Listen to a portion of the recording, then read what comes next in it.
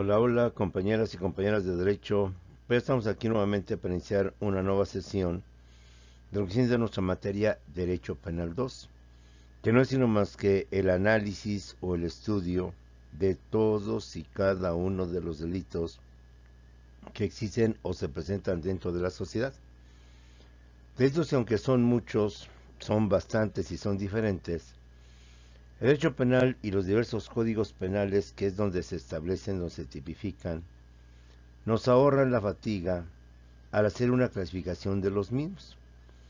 Si todos son delitos diferentes, pero que tienen algo en común, y de esa manera nos permite agruparlos por ese aspecto en común, y en consecuencia nos facilita lo que viene siendo su estudio. Pues no todos los delitos vulneran o afectan los bienes jurídicos que el derecho penal trata de tutelar o trata de proteger. De esa manera, todos aquellos delitos que atentan contra la libertad sexual de la persona, que van en contra de la voluntad de la persona para realizar alguna actividad de tipo sexual, son muy claros y por tanto ahí tenemos la violación, tenemos el estupro, el abuso y el acoso sexual. O sea, al final de cuentas, como vimos en clases anteriores, lo que se protege o lo que el derecho trata de proteger es precisamente la libertad de las personas en su aspecto sexual. Y no por ello la persona ir en contra de su voluntad y cometer actos donde la persona no los quiere, no está de acuerdo, porque es forzada o que es obligada, porque es presionada, o simplemente porque la persona, dada su situación, sus circunstancias, les es imposible darse cuenta qué es lo que está haciendo sobre, qué es lo que se está haciendo sobre su cuerpo, o bien, dada su situación física o de edad, les es imposible poderse defender y evitar que se cometa dicha atrocidad, dicho delito sobre su cuerpo. Hay otros delitos, como los hemos visto, en donde se atenta contra la vida de la persona, en donde se atenta lo que viene siendo nuestra masa corpórea, nuestro cuerpo, desde lesiones hasta lo que es la pérdida de la vida, lo que es el homicidio, y todos aquellos delitos que atentan en contra de la integridad física, en contra de la integridad corporal de las personas. Y ahí tenemos otro tipo de delitos. Entonces, bajo esta perspectiva, como puedes ver, pues se nos facilita en ese sentido el aprendizaje, el estudio de todos y cada uno de los delitos. Mal que bien, bien que mal, por visto y explicado, lo que son los delitos contra la integridad corporal o física de las personas.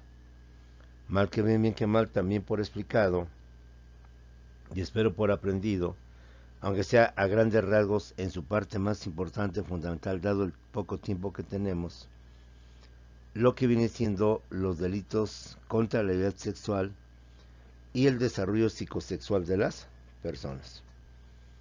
Ahora entramos a una tercera clasificación. La tercera clasificación se le conoce como los famosos delitos patrimoniales. Es decir, son los delitos que atentan contra las personas. Pero más que atentar contra las personas, lo que atentan o lo que afecta a las personas es sus bienes, sus propiedades, su patrimonio. De tal manera, eh, aunque la víctima viene siendo el ser humano, por fortuna el ser humano pues no pasa, o al menos se supone en teoría, que no pasa del susto, del miedo, del coraje, que es que a uno le quiten sus bienes, de lo que es dinero, joyas, hasta coches o cualquier otro tipo de bienes muebles, que en un momento determinado bajo estos delitos nos los quita. Entonces es aquí donde lo que se protege, insisto una vez más, es más que nada los bienes, los objetos, las cosas que forman parte del patrimonio de la persona, del individuo. E independientemente o indirectamente de proteger a la persona, más bien lo que se tutela o protege el derecho penal es justamente esos bienes.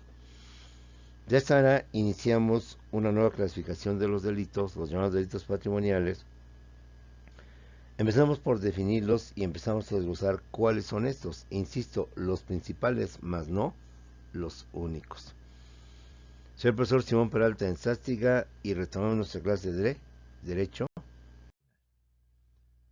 Los delitos patrimoniales principalmente son el robo, el abuso de confianza, el fraude, que en algunas etapas de nuestra historia se le conoció como la estafa, y que dentro del lenguaje español pues podemos conocer fraude y estafa como sinónimos.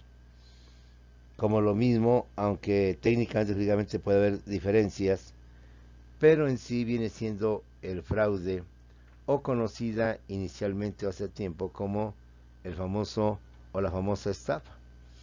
Y tenemos también el daño en propiedad ajena.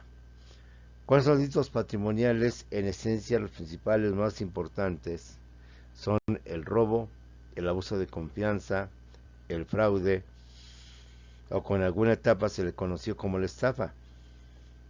Y por último, el daño en propiedad ajena. Pasemos a usar, por tanto, cada uno de estos delitos para poder entender mejor cuáles son estos delitos patrimoniales, que en esencia, repetimos, es proteger justamente los bienes, las propiedades de la persona a quien se le perjudica por quitarle justamente esos bienes, esas propiedades. Empecemos pues por lo que viene siendo el robo, después continuar con el abuso de confianza, el fraude y el daño en propiedad ajena. Pero antes, revisemos y definamos qué son los delitos patrimoniales. Los delitos patrimoniales son los que atentan contra los bienes de las personas. Sí afectan a la persona, pero no atentan contra la persona. Lo que el delincuente quiere son los bienes que trae consigo la víctima. Son el dinero o bienes o propiedades que lleva consigo la persona. Y que más que lesionarla o atentar en contra de su vida es llevarse el patrimonio de esa persona. Que puede haber robo con violencia, inclusive robo con homicidio, pero bueno, ya sería irnos hacia el extremo de forma radical y analizar estas situaciones, pero en sí el robo es proteger el patrimonio, los bienes de la cual la persona fue despojada. ¿Qué son los delitos patrimoniales? Son los que atentan contra los bienes de las personas, causando un perjuicio o daño económico principalmente, mermando, afectando en consecuencia el patrimonio de las mismas. Cuando se atenta contra los bienes, las propiedades que tiene una persona, entonces estamos hablando de lo que son los delitos patrimoniales. Son los que atentan contra los bienes, contra los derechos, contra las propiedades de las personas, causando con motivo de esto justamente un perjuicio o daño de carácter económico principalmente a la víctima, mermando por tanto el patrimonio de lo que vienen siendo las personas. Analicemos por tanto por lo que viene siendo el robo. El robo es cuando una persona se apodera de un bien ajeno mueble, fíjate bien, ajeno mueble, estamos hablando de los bienes muebles, que por estas alturas pues ya no podemos hablar o preguntar o detenernos a explicar quiénes son los bienes muebles. Ya a nuestro nivel pues ya damos por hecho que entendemos por un bien mueble, cuáles son, sin ningún problema.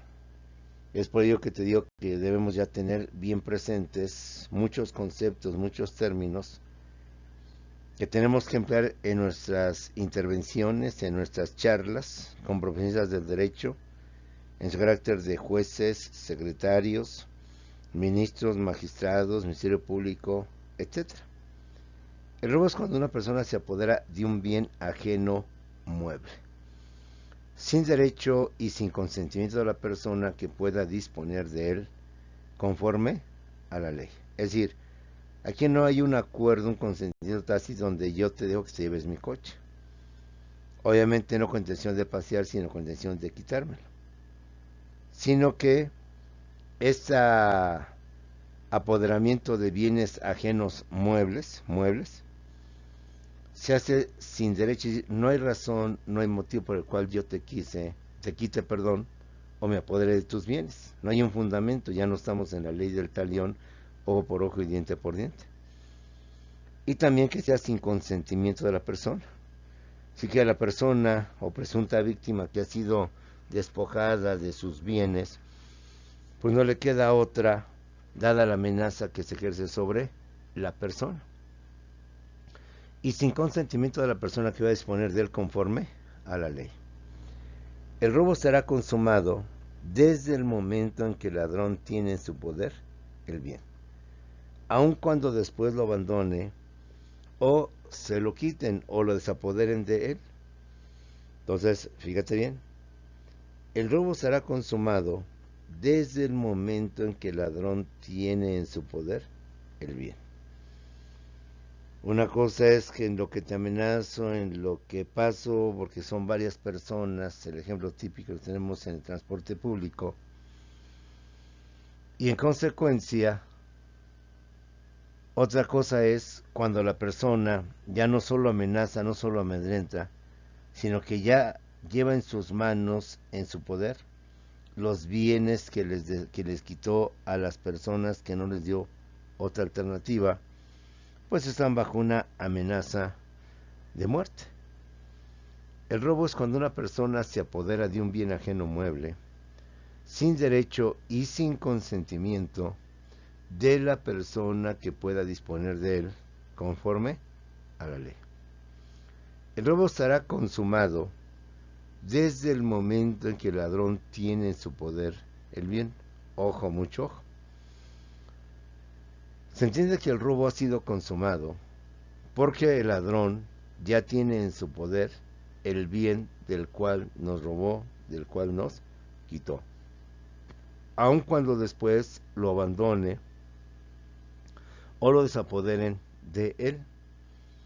Una vez que el delincuente tiene en su poder el bien mueble ajeno y sin consentimiento de la persona, ya desde ahí, para efectos de la ley, ya es un robo consumado, un robo realizado. Sin importar que la persona a la hora de la hora se arrepiente, lo abandone y que no le pueda servir como fundamento de que pues no se lo robó, que se lo llevó, lo ocupó y lo dejó. O bien al momento en que se lo quiten, la autoridad lo descubre, la autoridad por tanto le despoja de todos los bienes, dinero, joyas, tarjetas, etcétera, que en sus teorías había obtenido. Entonces, aun cuando al delincuente le quiten los bienes robados, en una orden de cateo se descubre, se entra a la casa legalmente y se encuentran ahí objetos robados, es entonces que el robo ya es consumado. Si no puedo valer de argumento, vigilante de este tipo de deshuesaderos cometen una serie de varios delitos, pues que de alguna manera ya no me lo pueden quitar. Entonces, el robo estará consumado desde el momento en que el ladrón tiene en su poder el bien, aun cuando después lo tire, lo abandone, lo lleve por donde sea para evitar ser detenido con las pruebas, o bien que en su momento oportuno la autoridad le quite justamente ese poder sobre el bien o sobre el objeto. Entonces, por última vez, el robo es cuando una persona se apodera de un bien ajeno mueble. Ojo, es mueble, no inmueble. Sin derecho y sin consentimiento de la persona que pueda disponer de él conforme a la ley. El robo será consumado desde el momento en que el ladrón tiene en su poder el bien, aun cuando después lo abandone o bien se lo quiten.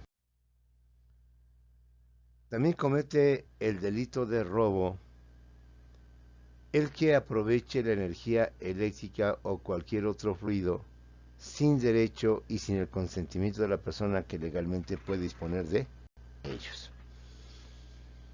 De acuerdo con el Código Penal del Estado de México, son equiparables al delito de robo o más que equiparables.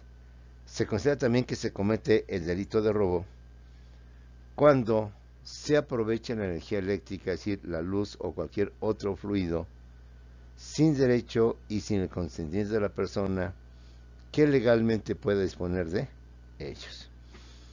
El hecho de que la persona, mi vecino, tenga bien todo lo que viene siendo el servicio de energía eléctrica y yo me cuele, como se dice coloquialmente, de su cableado, se supone que entonces se está cometiendo un delito de robo.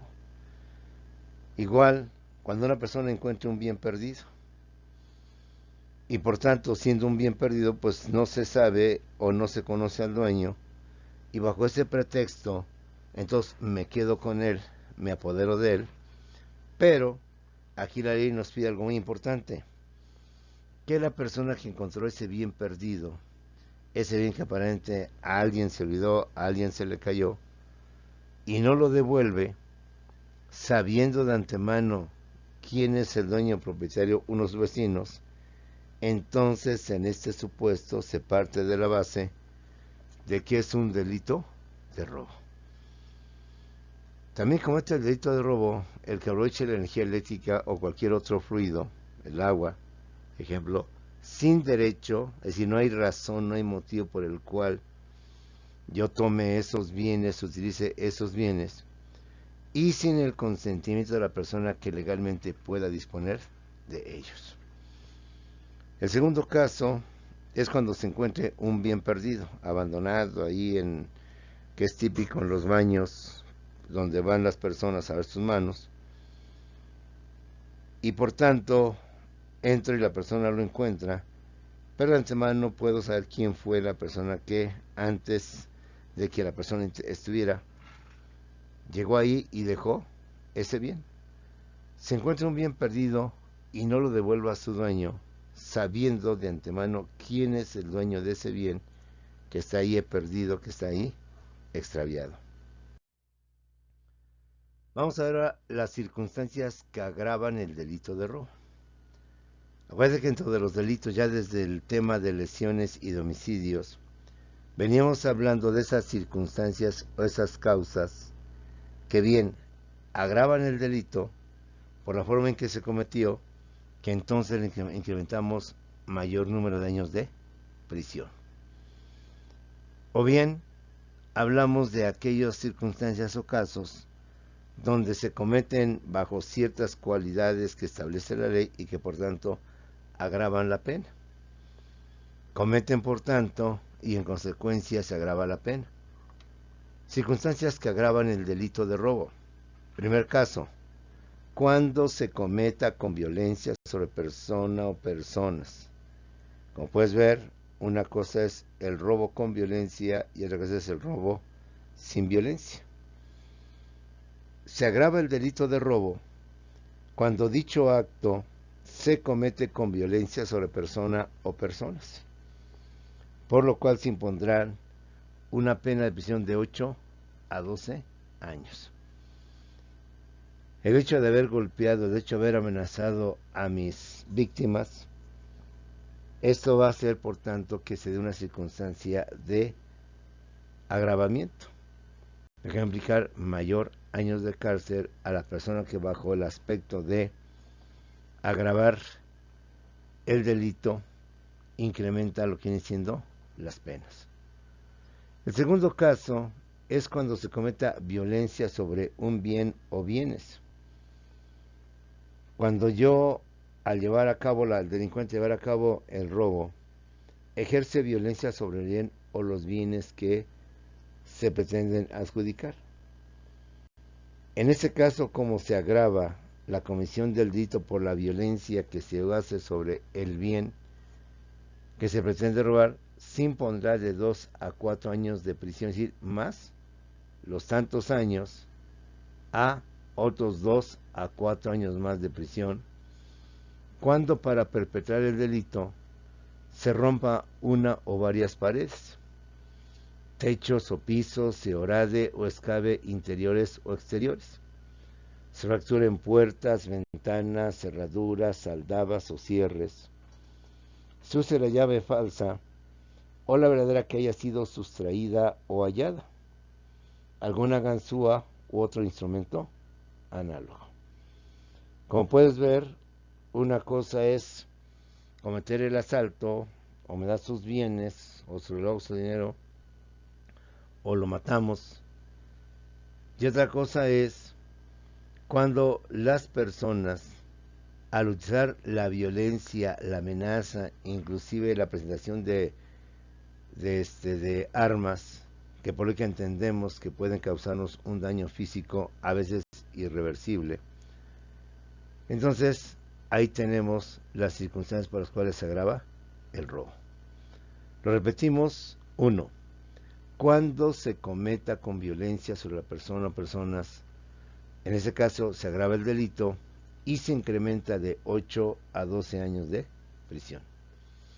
Segundo caso, cuando se cometa violencia sobre un bien o bienes. Ahora, cuando se comete violencia contra un objeto, contra un bien o los bienes, cuando para perpetrar el delito, se rompa una o varias paredes, se rompan los techos, los pisos, se horade o se excave interiores o exteriores, se fracturen puertas, ventanas, cerraduras, aldabas o cierres de uso, se use la llave falsa o la verdadera que haya sido sustraída o hallada, alguna ganzúa u otro instrumento análogo. Ahí tenemos, por tanto, las circunstancias que en un momento determinado pueden agravar lo que viene siendo la comisión del delito de robo. Es decir, se incrementa la pena por las circunstancias en que se llevó y se afectó lo que viene siendo el famoso robo.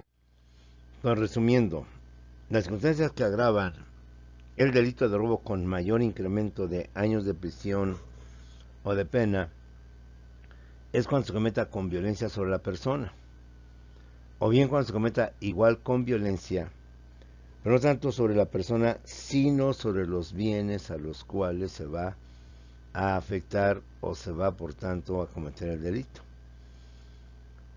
Y cuando se ejerce violencia contra un bien o contra bienes, a guisa de ejemplo, cuando se rompa una o varias paredes, techos o pisos, se horaden o excaven interiores o exteriores, se fracturen, se rompan puertas, ventanas, cerraduras, aldabas o cierres, se use una llave falsa, o bien se use la llave verdadera,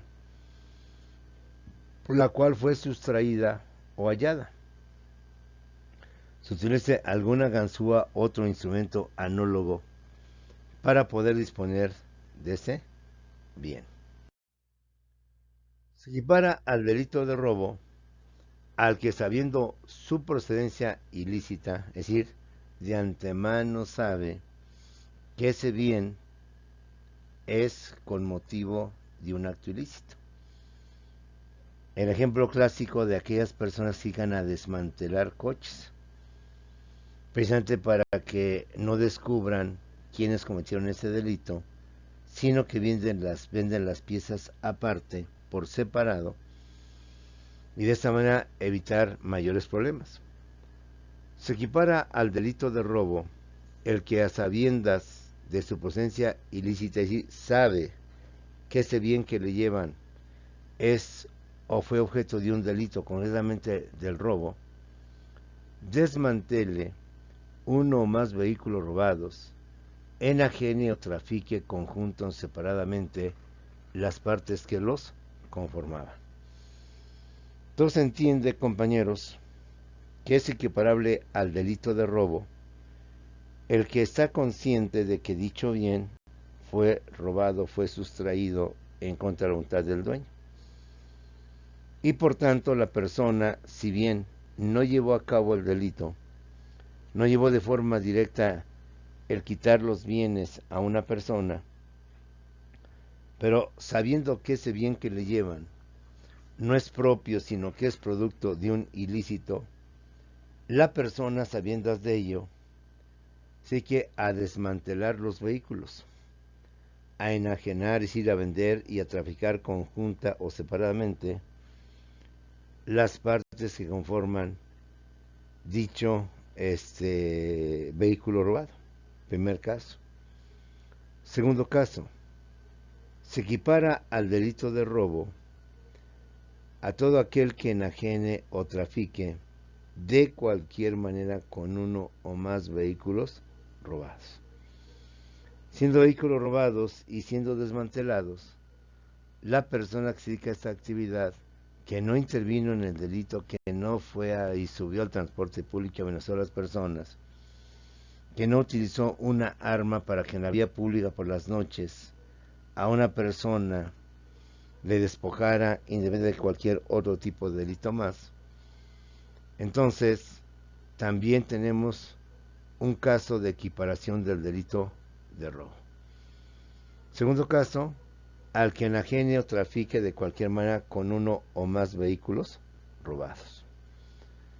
Tercer caso, se equipara también al delito de robo al que, sabiendo su presencia ilícita o ilegal del bien al cual ahora ya tengo acceso, detente, posea, custodie, altere o modifique de cualquier manera la documentación que acredite la propiedad o los medios de identificación originales de algún o algunos vehículos robados.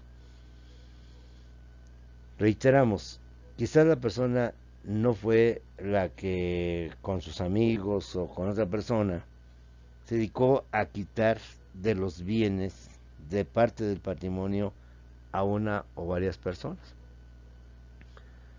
sino que además también detente, posea, custodie, altere o modifique de cualquier manera la documentación que acredite la propiedad o los medios de identificación originales de algún o algunos vehículos robados. Tercer caso. Cuarto caso, traslade él o los vehículos robados a otra entidad federativa o al extranjero. Muchas veces no desmantelan los coches. Muchas veces lo que hacen es llevarlos a un lugar diferente donde fue sustraído para evitar precisamente su fácil localización. Pues ese traslado de esos vehículos robados se hace también de forma a escondidas, como se dice, de forma con cuidado. Y los choferes o las personas a quienes se les encarga que dicho vehículo los trasladen a Estados Unidos, por decir algo, o los trasladen al que es la frontera sur-sureste de nuestro país, por el lado de lo que viene siendo Chiapas o lo que viene siendo estos estados, entonces se contrata una persona para que lleve dicho vehículo hasta esta zona.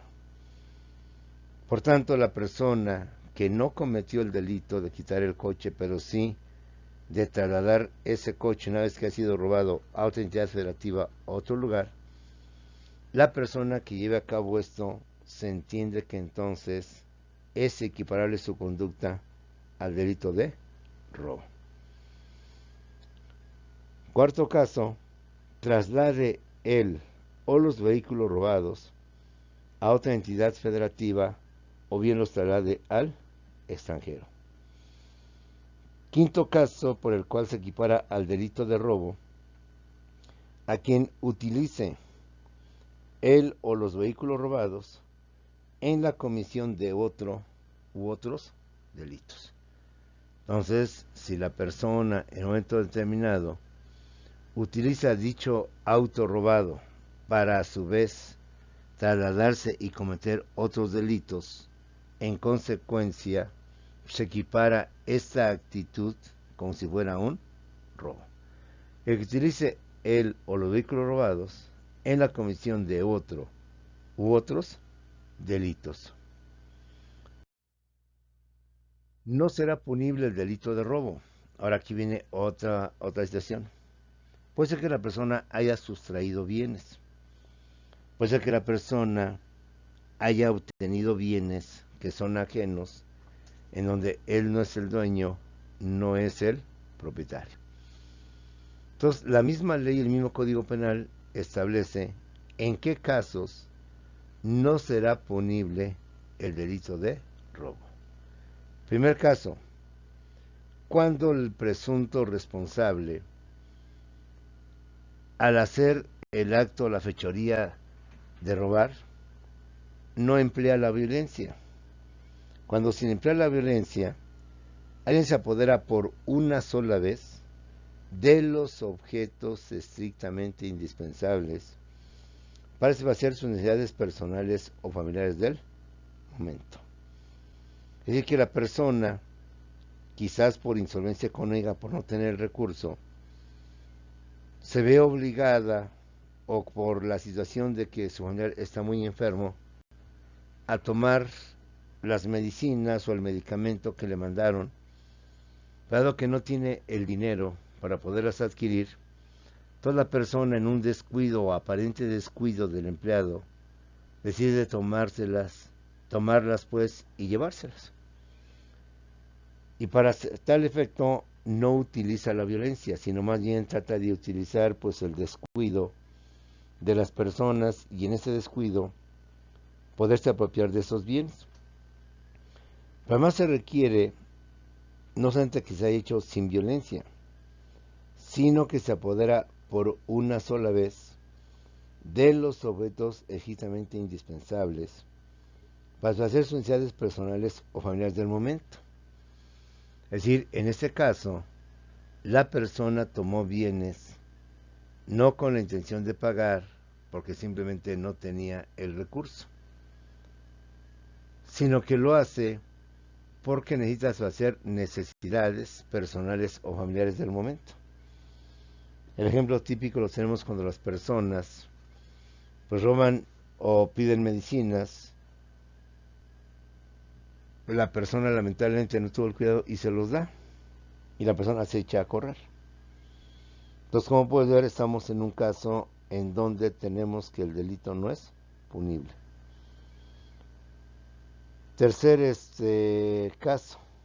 Segundo, cuando el valor de lo robado no exceda de 20 veces el salario mínimo vigente en la zona económica donde se cometió, y además se restituya el bien espontáneamente por el sujeto activo, se paguen los daños y perjuicios ocasionados, y aún la autoridad no tome conocimiento del delito. Cuando el aparentemente robo no será punible, cuando el valor de lo robado no exceda de 20 veces el salario mínimo vigente de la zona económica donde se cometió el delito. De igual manera, cuando se restituya el bien espontáneamente por el sujeto activo, o bien cuando se paguen los daños y perjuicios ocasionados, y un siguiente elemento, cuando aún la autoridad responsable no haya tomado nota y por tanto de la comisión del delito. Tercer caso, converos, cuando se cometa por un ascendiente en contra de su descendiente, el padre sobre el hijo, el abuelo sobre los nietos. Cuando se cometa por un ascendiente en contra de su descendiente, o viceversa, puede ser al revés, que el hijo pueda actuar en contra de su padre. Cuando se cometa por un ascendiente en contra de su descendiente, o viceversa, por un cónyuge contra el otro, por el concubinario contra la concubina, o viceversa, o por el adoptante contra el adoptado, o viceversa.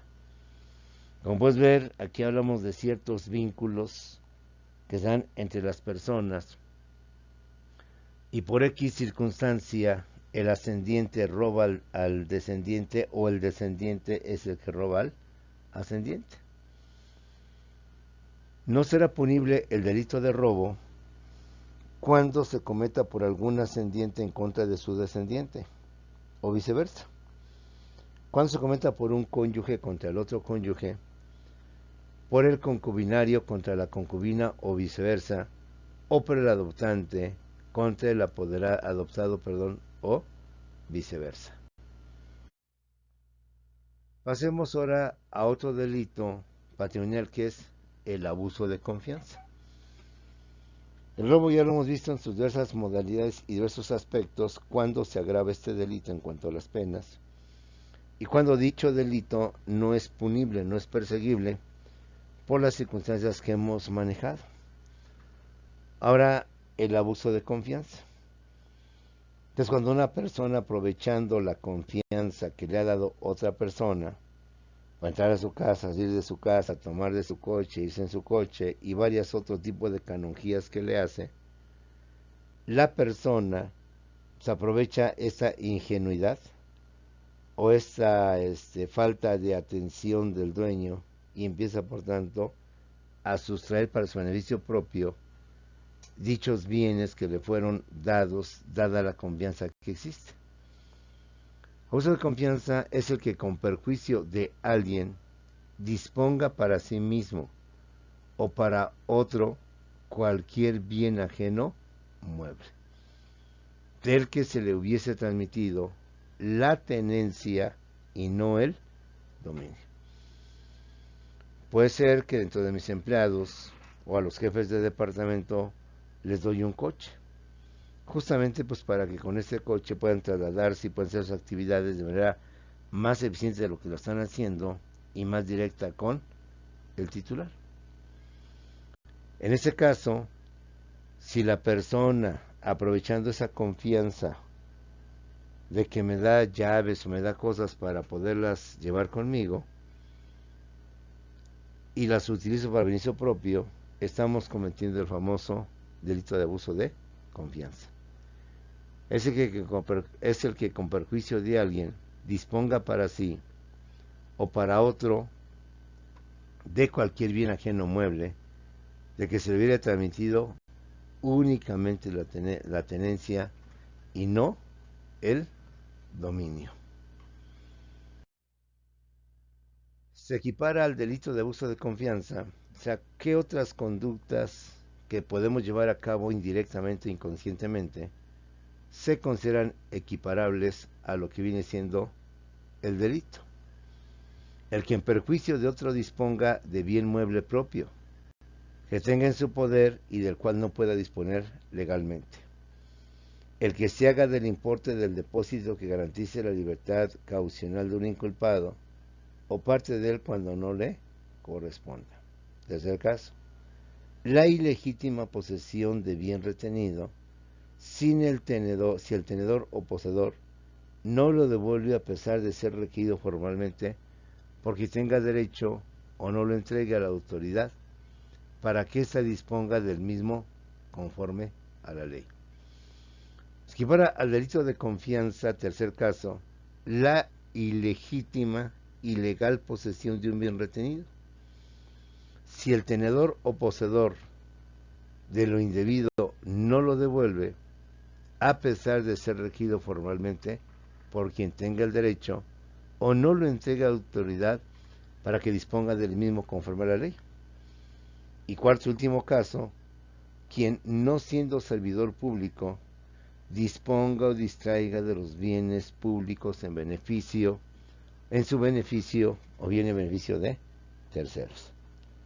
Ahí tenemos, por tanto, los 4 casos en que la ley presume o da por hecho que la sustracción de bienes de propiedades ajenas a uno puede inclusive considerarse como, o equipararse, mejor dicho, como un delito de abuso de confianza.